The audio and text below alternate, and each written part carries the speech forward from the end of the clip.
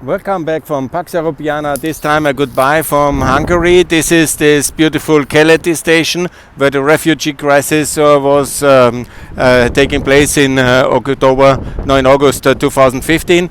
I'm here to say goodbye to Orban and to Vucic, the last man of Mr. Putin.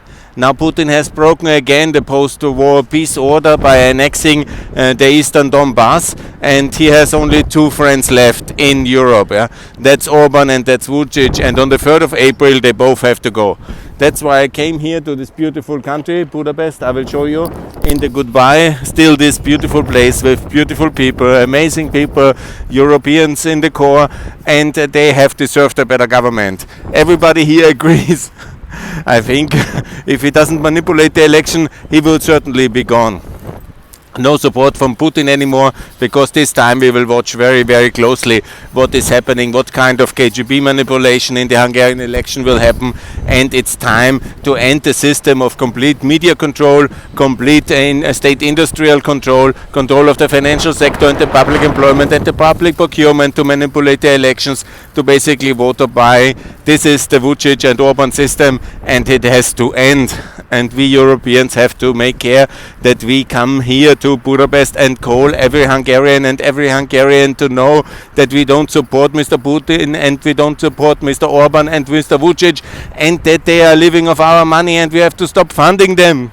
And this is so important, to end this system of taking money from Brussels and then doing everything with Putin behind the back of Brussels, and then to basically live off the people, exploit them and manipulate them, and also undermine the whole system of European democracy, which we have all worked for to build in Hungary. And the Hungarians themselves, they have actually liberated Europe in '89 by breaking the Iron Curtain, and now Orban has betrayed all of them, Ronald Reagan and all the great Hungarian and American heroes who worked for freedom for Hungary, and then he comes and sells out to Russia.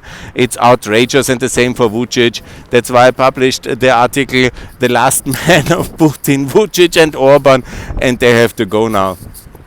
They should be actually accused for treason for what they have been doing, and that's what should happen in the normal rule of law situation. Now it's a bit windy. I will also say that I'm very, very sorry for what happens to the people of Eastern Donbass, but as always there's very little to do for the people who are already under the chains of Russian tanks. Yeah? That was the same true in '56, like it's now in 2014 for the people on Crimea, and now in 2022 for the people of Eastern Donbass. We have to make sure that the Russian tanks are not progressing, because they are really very, very hard to get rid of.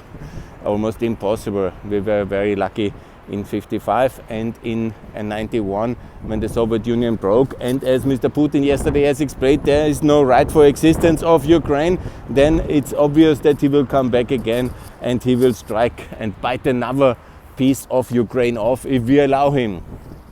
So there must be strict line here. This is the red line. He took that one. He also took Belarus. So let's be honest, he de facto annexed both the Eastern Donbass and Belarus, as I predicted. And we have to have very clear trade measures, no trade with the enemy, confiscation of Russian property, and closing of our borders, as I have already outlined in my articles. This is the best line to contain him, and also to tell all the Russians that we are not supporting such a policy, and also make clear to all Hungarians that somebody who is talking, has a communication channel with Putin, is in reality a paid agent of Putin and is a treasonable activity enemy. And we have to also make sure that such assets like Orban and like Vucic do not have the appearance in the population of any Western support. Yeah? They are our enemies as well. And that's the conclusion of a tragic political turn of Mr. Orban in 2014, when he left the free world and joined the Russian world. And so it is. It was his choices, not ours. It was your choice, Victor, not mine, that you joined the dark side, and you are now there, and I disobey you. I call everybody in European politics, from the left, from the right, from the center, wherever you are, from the liberals, disobey in Orban and show him what he is, yeah, a reasonable Russian asset. And that must be very clear, and as clear as I can make it here as former EDS chairman and Mr. SME, Mr. NATO and Flatex, and the activist for political improvement of Europe for freedom in the last 30 years. I say that, Viktor, it's time to go.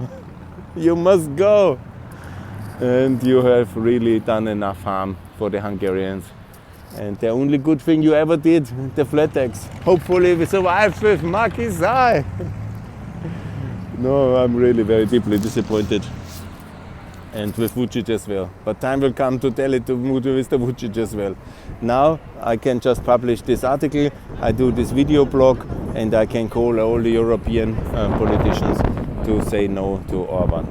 And I hope that there will be a new prime minister. The elections will hopefully be free and fair, not as manipulated as they normally are, unfortunately, and there will be a lot of supervision, and then hopefully there will be change in the 3rd of April.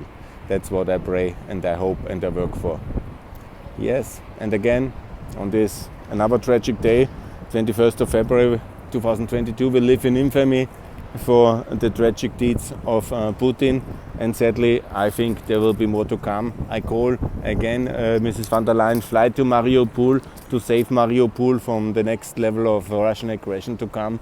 It's obvious they will do that, and we should be prepared, and we should defend that city politically by presence, by going there, as I did. It is absolutely possible to go there, and this is what we all should do, and make that the cause célèbre of freedom and of a European-American alliance against Russian autocracy. Good. So far from Budapest, more to come in the coming days from Pax Europiana, for peace and for European unity with America, for strong NATO, strong EU, and the euro for Hungary, yeah? Don't forget that. And for Ukraine, by the way. And more to come.